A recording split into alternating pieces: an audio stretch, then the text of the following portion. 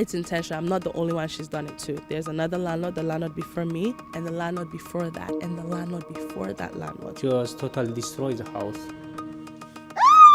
What is that? This was supposed to be our family home. There are tenants that are educated about the procedures and the delays, and they definitely use them for their advantage.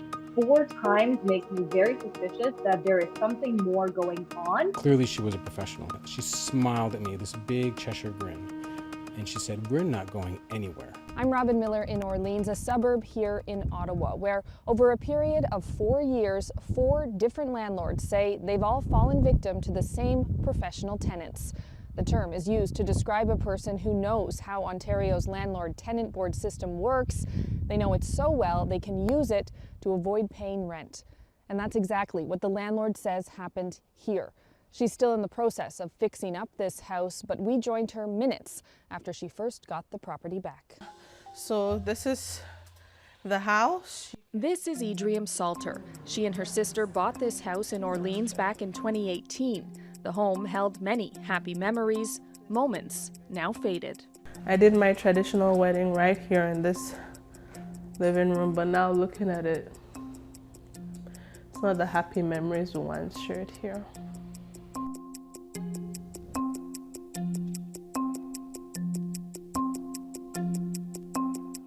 Because we worked hard for this property, and this was supposed to be our family home.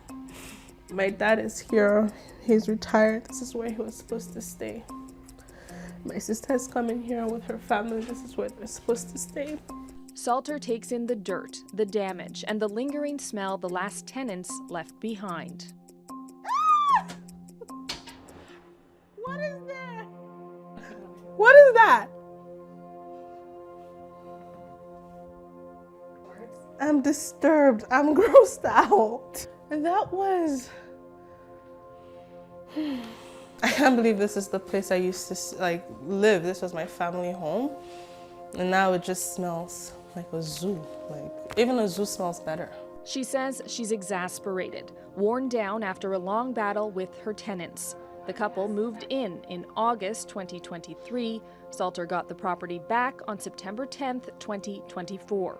Salter says they owe her about $35,000 in unpaid rent. Because it just feels like I was fighting a battle that was against me from the get-go. Now, you may think you've heard this story before. Since the pandemic, the Landlord-Tenant Board is backed up, and we've done lots of stories about it. In 2023, for example, it took about 10 months to get a hearing for a non-payment of rent application. Things have improved a bit since then. Those hearings are now being heard usually within about 3 months. But what makes this story different is what Salter found out about her tenants shortly after they moved in. It's intentional. I'm not the only one she's done it to. There's another landlord, the landlord before me, and the landlord before that, and the landlord before that landlord. So she's done it to 4 of us that we know of. This was when we first met Salter this past spring. At that point, she was desperate to get her house back from the tenants, Megan and Justin. CBC is not using the couple's last names to prevent identifying their children who have had to move from home to home with them. Hello? Hi Megan, it's Robyn Miller calling from CBC. We've been in contact with Megan, but she said they didn't want to go on camera for an interview and didn't answer written requests for comment. She did, however, deny any allegations that they are professional tenants. Okay, I understand. Thank you. My credit has gone down. I'm relying on credit to just pay, just so the bank will not take the house. Salter claims her tenants knew what they were doing all along, so we looked into it and found that their previous landlords all had very similar experiences, dating back to July 2020, when they moved in here. Miss Gina Kadane was renting out his house to make some extra money. He was living at his friend's house, waiting for his family to arrive in Canada from Sudan. Even though it was years ago, Kadane remembers the tenants like it was yesterday. Megan and Justin was living here for 1 year, 1 month, 15 days.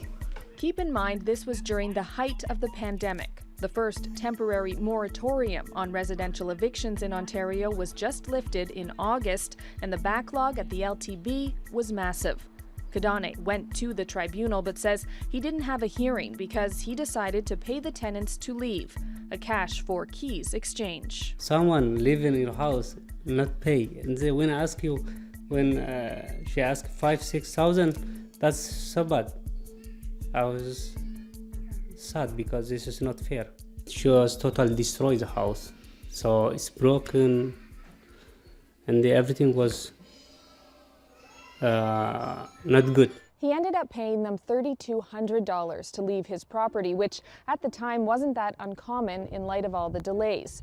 But we found out that pattern of unpaid rent continued. This is Taylor and Janny Bastian. Megan and Justin moved into their home in the middle of August 2021. It was just a 7-minute drive from Kadane's house. The Bastians were working in British Columbia for the year and decided to rent out their family home. It's like a wave of betrayal. Like, I trusted this woman to come into my home. I trusted her with some of the furniture I left. We seemed to bond a bit, even if she's a total stranger. She actually moved in the day, it was her birthday, her 30th birthday. So I had a birthday card for her. The experience of having her in my home has been the most horrible experience of my life. The Bastians first noticed something was off when rent didn't come in. Taylor ended up coming back to town to repair something in the home and says he tried to end the tenancy then. At this point, they were behind by $5,200 in rent at that point. That was 2 months. And I said, listen, we're willing to just let you walk away, right? We'll end the lease. She looked at me in the eye, and it's almost like she was laughing. She smiled at me, this big Cheshire grin. And she said, we're not going anywhere. So we're not going anywhere because I have a family member who worked at the LTB, and they're just going to make you negotiate with us. So if I move somewhere else, they're going to charge me just as much. So we're staying put. But I'll never forget it because clearly she was a professional. And she was well armed. She knew the system. She knew the name of every form, the number of every form. It took the Bastians 1 year and 15 days to evict. They say Megan and Justin did pay back 6 months of rental arrears with the help of a provincial program. In the end, though, LTB documents say they are still owed nearly $11,000 in rent. It was so dirty in here, it took 3 months to get the smell out after painting and replacing all the carpets, etc. So that was very much a personal attack on our home. Yes, we win the last 6 months of rent, but there's no way to enforce it. So we haven't seen a penny. To enforce orders from the LTB, you have to come to small claims court, and that's exactly what Megan and Justin's next landlord did. She had a similar experience where the tenants lived in her house, also in Orleans, for a year and stopped paying rent. A court order shows they owed more than $24,000 in arrears, and documents from small claims court say that Justin was ordered to have his wages garnished, but CBC wasn't able to confirm how much was repaid. Here's what we know. Over a period of 4 years, this couple has lived at 4 separate homes, all in and around the Ottawa suburb of Orleans. In total, their landlords say they racked up nearly $100,000 in unpaid rent. So how can this happen? 3 of the landlords we spoke to for this story say they were tricked, and there were flat-out lies in the rental applications. When I spoke to this person, the name she gave me is Natalie. I'm sure that's a fake name. I should have mentioned the name, but I'm sure that's a fake name. Called the number. The landlord told me this is an awesome tenant. She has never been late on paying rent. She's amazing. That was all a lie. So I'm grateful that there's a website like Open Room now that landlords could go to. Open Room is a website that aims to protect landlords and tenants by making LTB rulings easily searchable. The website's co-founder says when she hears about a repeat offender, she thinks professional tenant. 4 times, Robyn. I can see 1 time. We have thousands of individuals in the system that have done it for 1 time, and I understand the 1 time there have been issues. 4 times makes me very suspicious that there is something more going on, that they do know how the system is working, that they're able to get away with it, and that there are no repercussions. This paralegal says since the pandemic, the term professional tenant does come up more often. There's many good tenants. I want to preface it by saying that. But there are tenants that are educated about the procedures and the delays, and they definitely use them for their advantage. For example, a tenant could not show up at a hearing. The landlord's waited, maybe 6, 8, 10, 12 months for the hearing, gets to the hearing, gets an order, a standard order for arrears of rent, And then the tenant can file a review saying that they were ill that day and they couldn't make it, or they never got the notice that day for the hearing. So then what happens is the order gets stayed and it gets set up for a new hearing, which could be another 2-3 months down the road. Salter says that's exactly what happened to her. After waiting about 4 months for an LTB hearing, the tenants didn't show. An eviction was ordered 2 months later, but then stayed. The tenants argued they didn't know about the hearing. But that is all false because I have proof, text messages where the tenant acknowledged that she knows about the hearing that's coming up in March. There's evidence that this tenant is a professional tenant.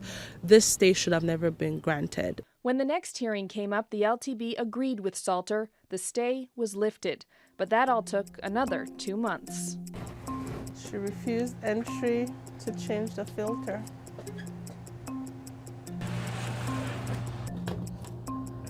I don't feel motivated mentally. I don't feel motivated emotionally. Like I've just lost faith in a lot of things and in people in general. Salter says her insurance won't cover the damages and she's on the hook for nearly $40,000. That doesn't include the unpaid rent, the unpaid water bill, or the legal fees. In all, she estimates it's going to cost nearly $100,000, and she has no plans to ever rent this house out again. Robyn Miller, CBC News, Ottawa.